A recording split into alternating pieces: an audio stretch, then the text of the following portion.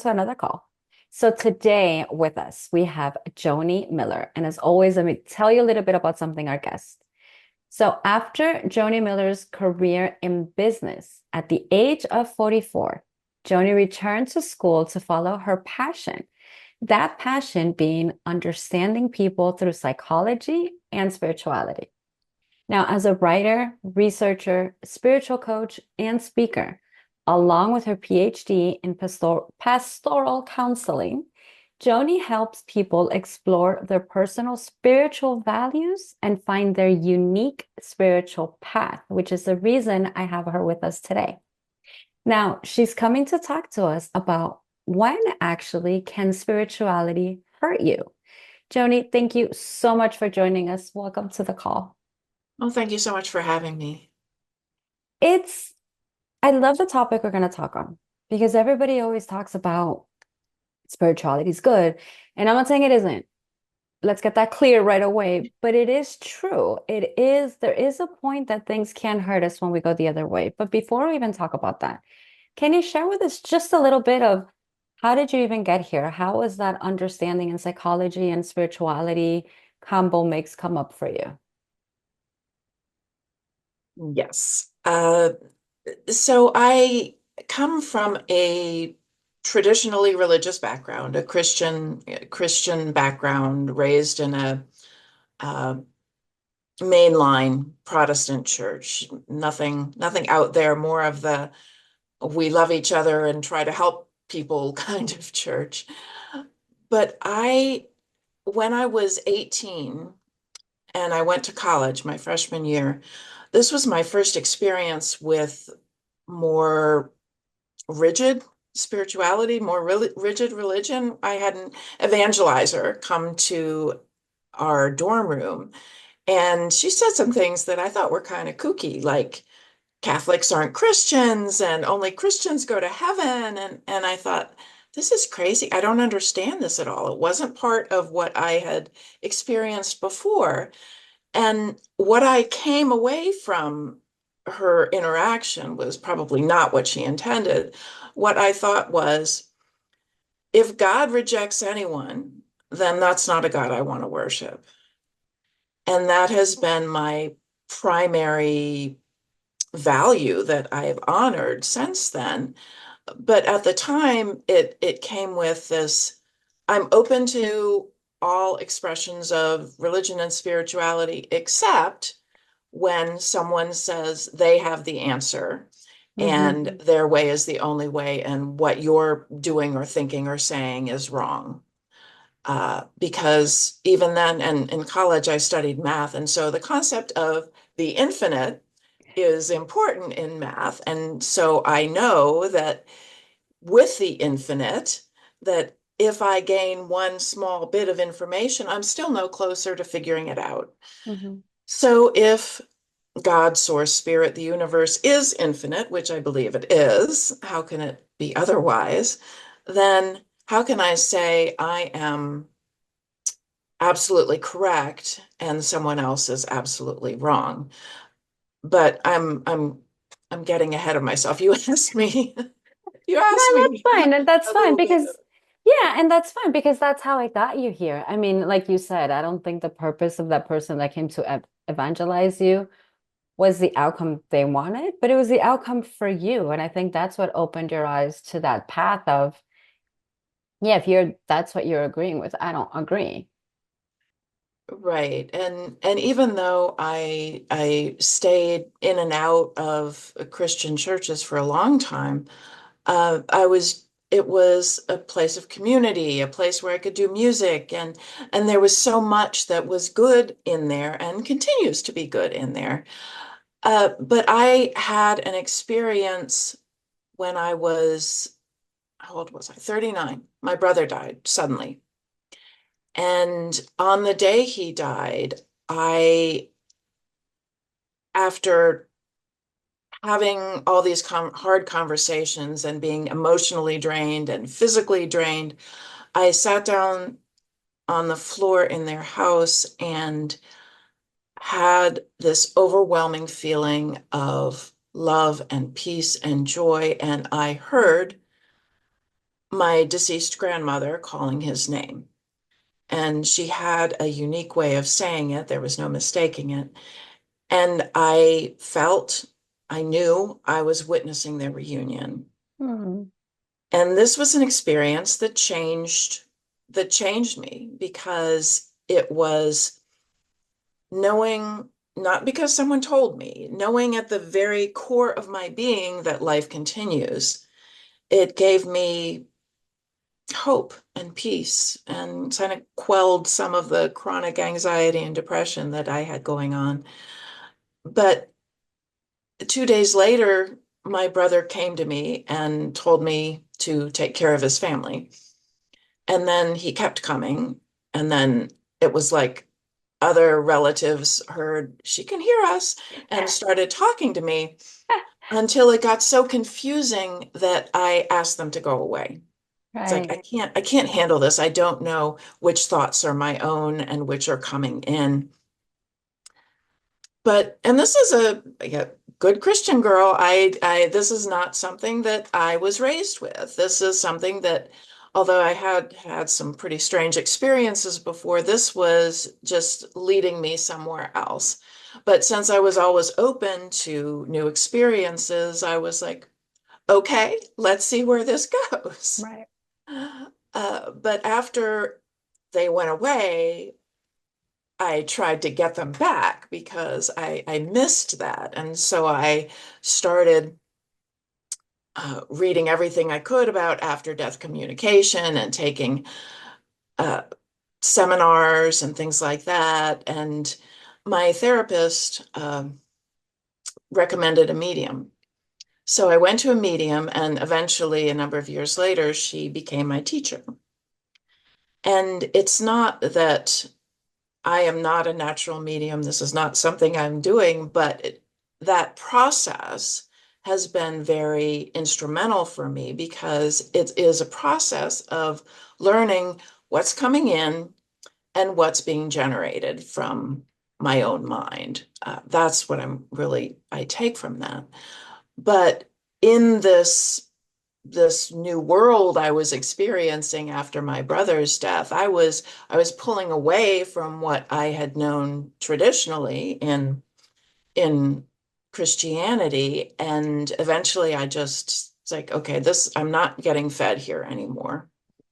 And so I landed fully in the woo world. At the same time, I was going back to school and getting a master's and PhD in pastoral counseling, which just means that I'm trained as a counselor, but with additional training in religion and spirituality.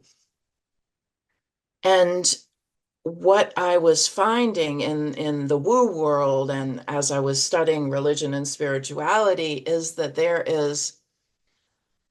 there's a common thread through all of this in a sense that we're each looking to find answers, that we want to feel safe and secure and loved.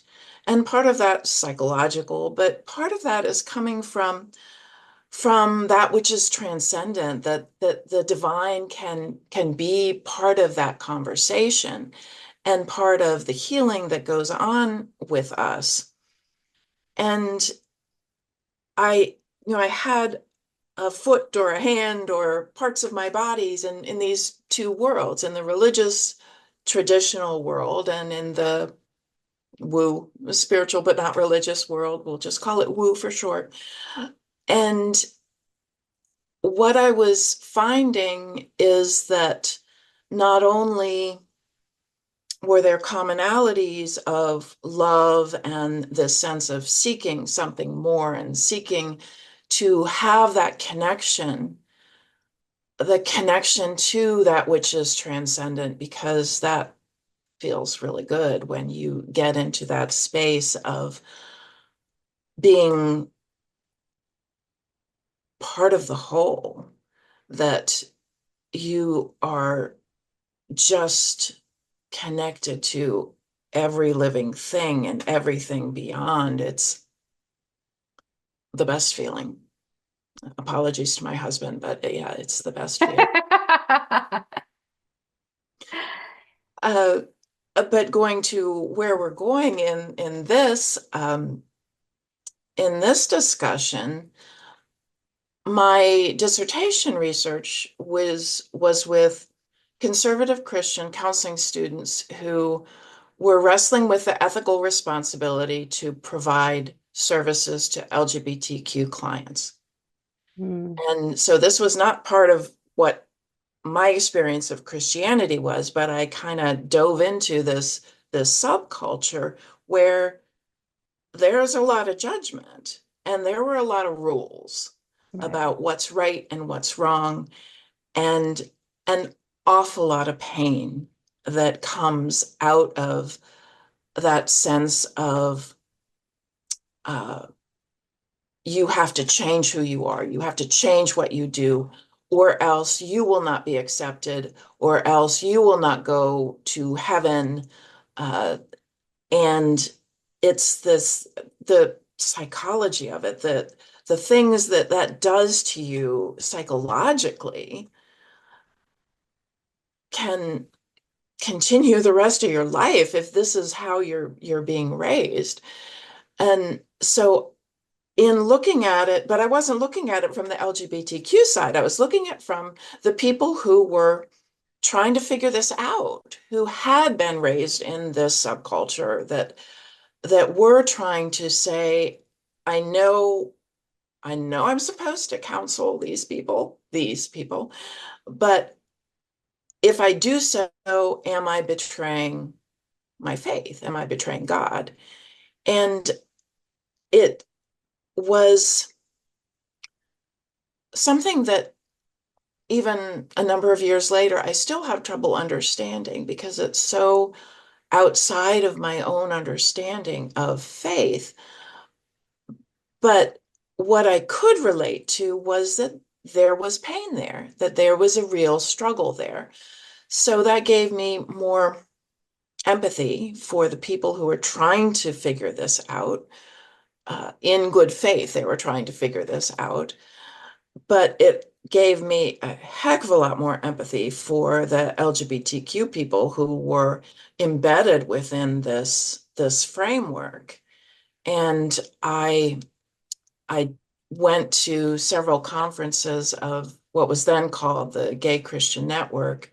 Now it's called Q Christian, and I gave some workshops on forgiveness and communication, and just being there, I was a witness to such resilience and pain and so much beauty in the way that people still were seeking a connection to God. They would use the term God, not my preferred term, but that's what they would say. They were connecting to God even when their experience of their religion had been so painful. Right. Right. And the thing that I'm looking at, how do I say this? It's regardless of what you choose, regardless of what you do, regardless of the lifestyle, regardless of your feelings, regardless of relationships, regardless if you're gay or straight or this or that, or human. And if normal rules kind of screw up, which is kind of the reason for this whole conversation with you today, with like the when the spirituality can actually hurt us. If we are all taught, just let's say humans, if we're all taught in our quote unquote religion that we're brought in, or in the dogma that we're brought in, or in the beliefs that we're brought in, and anything contradicts Mm, what we are doing, we all get screwed up. And I think with them, and I'm completely be honest, as in I can't really say much for either or. I actually, love is love and I leave it at that. But when it includes the judgments, the criticism, the absurdness, is that a word? The absurdness of society. Because it's not only dealing with your own belief and faith in whatever religion you were brought up with, and you're already like being contradicted with that, But it's also the other people from the outside. It's the society things that you also have to deal with. And that has to bring up a lot of pain and, discomfort in the families and in their communities and in their neighbors and like in all of that. And those are the topics where, yes, we say spirituality can hurt us because if we're supposed to go, and for me, spirituality means what you said at the beginning. It's wherever you find, what was it that you said? Wherever you find peace that does good for you and Yeah. harm to no one. What were Yeah, the uh, it's life-giving. That's what I say. life-giving? It's the spirituality that brings you life in that peace and joy and Right, forgiveness and sense of your own worth. right, And then there is that but, as long as it doesn't hurt you or anyone else. right. And that could go with any religion. So That's I'll very share. true. Right. And I'll share part of my story. I was brought up Catholic. I mean, I did have my intuitive side. I did have that side in my family that we knew I hate calling them ghosts because they're not ghosts, like the beings or whatever they are, you know. I grew up with both of those sides, but mostly it was under we're Catholic. And when I really got down to spirituality, when I really got down to looking at my own beliefs, when I really looked down to do I agree with this or do I not agree with this? And again, 100% honest, when I went back to a past life and I saw that I was a nun and everything that I suffered in that life for being a nun and like the whole thing, I was completely in this lifetime, in that moment, against it, against the religion, against everybody who said anything about the religion. But that was my own psychological process. And that's one of the reasons I love talking about you with this, is because there is a spiritual aspect to these things, but there is also a psychological aspect to this. Because now looking back, I can tell that was a psychological conflict that I had. And until I didn't go through that and I didn't heal that part of that psychologically, nowadays, you can invite me to a church. I'll go to a church. Um, my best friend's daughter did her first communion at the beginning of the year. And laughing, she's like, "Are you going to go to the church?" I'm like, "Honey, if I haven't burned the last time that I went in, I'm fine. Like, don't worry about it. I have nothing against going. Let's do it. This is like a ceremonial thing for you guys. Of course, I'm going to go." But years ago, it was like I was completely against the whole thing. Nowadays, it's like I'm much more unconditional in understanding. That's where you find your peace, what you said. If that's where you find your peace, then religion is perfect for you. If that's where you find that for you, then perfect. Don't use this as an excuse to say, this is what the rules say, and whoever's not following this, then you're the sinner, you're the bad one, you're the odd duck out. Well, and what's interesting, and after I got my PhD, I developed a tool to help people explore their personal spirituality. I call it the spiritual geography values card sort, and it's a way to look at your own understanding and your experience of the divine, your own, and how you interact with other people. And it doesn't matter if two people are coming from exactly the same tradition, they're going to have differences because we're all fed differently. That it maybe some people really need ritual, and it doesn't matter if the ritual is communion in a church or a new moon ritual in your backyard. That ritual could be important, or community is important, or uh, meditation or prayer is important. That people interact with the divine, and I use the divine, the infinite, and the transcendent. Those are the three that I usually go to. Um, as long as they are getting fed and are somehow getting that sense of this helps me come alive, that this helps me in my life, Hmm.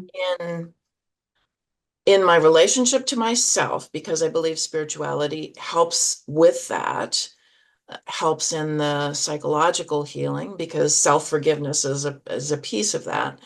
And spirituality, I believe, is in your relationship with others. Hmm. and also your relationship with the divine. So all three of those aspects are important, and how we interact with all three of those aspects are different than someone else and maybe different at different phases in our life. And that's okay. It's when we start putting on the rules that I'm supposed to, pray every morning and pray every night, and I need to do this kind of work and interact with people this way. And it's the rules that make spirituality less life-giving and possibly harming yourself and others. Right. I'm silently smiling because I remember like how many years ago, like 11, 12, 13 years ago, I don't remember. I met somebody and we were having a conversation. I had an empowerment center, a spiritual empowerment center in South Florida, and she had come in and this and that. And she said, just FYI, if anybody ever comes in that they want to do a treatment or a coaching thing, like a facilitator, she goes, if they ever come in and they tell you you have to dress in white, you can't do this at the center, you can't do that. She's like, run, don't even pay attention to them. Spirituality does not have rules. And I always remember her saying that, but her face was like, run, like, do not let her. She goes there, and she said it. She goes, I know a lot of people in the area that are blah, blah, blah, blah, blah, blah, and she was just like warning me, like, people are gonna come and they're gonna want to do coaching things and stuff, facilitating stuff. But it's true. Everybody, and I agree with what you said, everybody looks for ritual, but there's a difference between a ritual and rules. Yes. And I think a lot of people take the rituals so seriously that they convert them into rules. And Mm. I think that line is blurry. Have you seen that or do you notice that or what's your experience with that? No, I think that that could be right. And I before the pandemic, I was doing in-person workshops with this tool to help people explore their spirituality. So I talked to hundreds of people about their personal journey, and it is that sense of have to. Mm-hmm. I have to do this. Not that my soul is leading me to do this, but that there is something that says thou shalt do it this way. Um, but it's not just in religion. I found, 20 years ago when I started doing meditation, uh, there were people who would say, well, you have to sit a certain way, hold your hands a certain way, and do it this way. And finally, I said, I'm not doing it. My back hurts. I learned to meditate lying on the floor with my feet over the side of my couch. And that's how I learned to meditate, because I don't do it that way anymore, but it was the step I could take at the time. And so, with all of this, it's finding what works for you and what lets you move forward. Now, forward in connection, and it is those three connections with yourself, connection with other people, and connection with the transcendent. Love it. Yep, completely agree. And it's true. And okay, meditation, perfect example. I started laughing because yeah, my back also hurts when they tell me to put my hands like that, I understand everything has a meaning. But I am more concentrated on not letting go of my fingers with the mantra and my back not hurting that I am. There's no way in hell I can meditate because I'm so alert in thinking, is my back straight? Is this? And one day I was just like, screw it. If I meditate, it's fine. If I fall asleep, fine. And I'll do it kind of like slanted. Like I'm not laying, if I lay down, I know I'm going to go to sleep. So I just use it as an excuse. Oh, I'm going to go meditate. Oh, it's a nap. But I am aware of it. I am completely aware of it. But when I do try to meditate, I kind of slant, like I sit slanting. So my back has some kind of comfort, but I'm not laying down 100%. And it works. And it just works for me. And I can connect, and my body's fine. I'm taking care of my body. My mind is relaxed because it's not worried about taking care of me and the body. And I can let go. But yeah, I spent a lot of time trying to figure out what the hell is this meditation thing and how do I do it? Because number one, as many of us who meditate, and many of us who try to meditate, it's not easy to just close your eyes and find calm in your thoughts because we're so used to thinking. So it's like, is this over yet? Is my back hurting? Like all the thoughts, right? But it's a step, and I love what you said. It's not that I have to do it this way or I have to meditate. Like there's some people that get annoyed and I've talked to them. They're like, I hate it. I have to meditate, or I didn't meditate this morning, so things went bad. But it's more like a should. It's more like a rule, what we're talking Mm. about.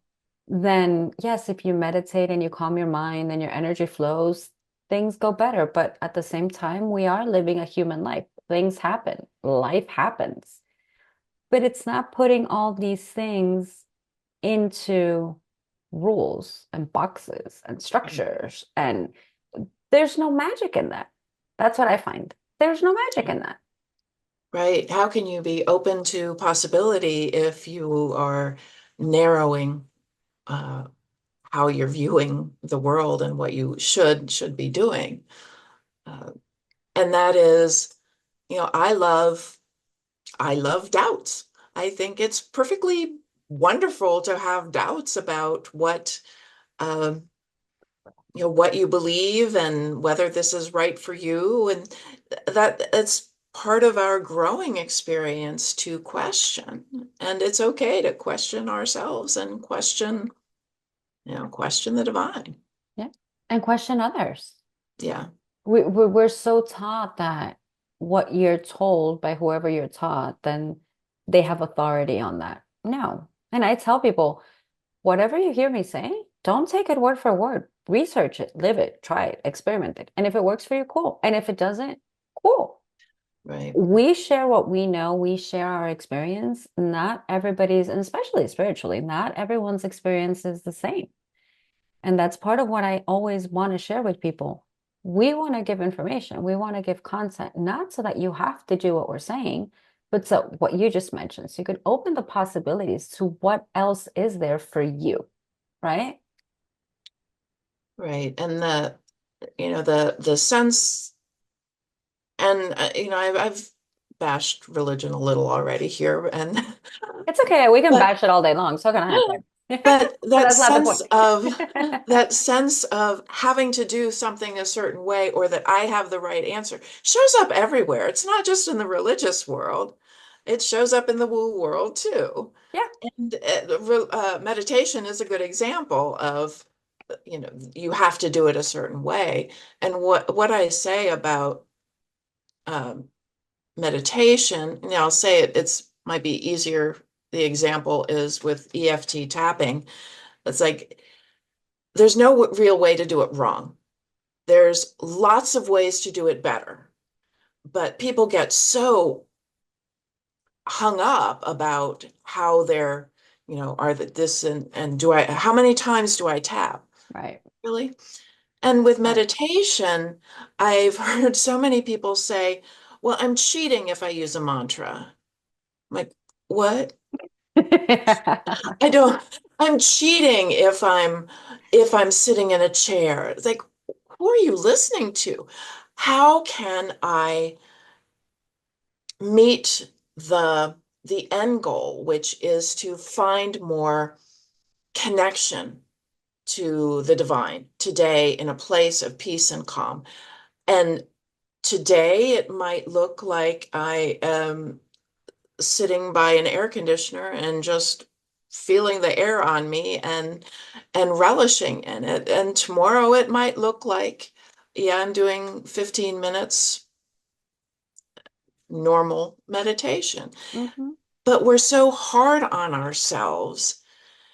And when we're hard on ourselves with these rules, then that's when our spirituality stops being life-giving, or it stops being life-giving in that moment. And it can hurt us because we are missing a connection to that beautiful sense of peace and love and eternity, that connection I had the day my brother died, because we're worried about the rules. So releasing the rules and opening yourself up to the experience opening yourself up to the fact that today my spirituality may just be that I sat with an elderly person and held their hand while they cried. And that is a beautiful way to be spiritual today.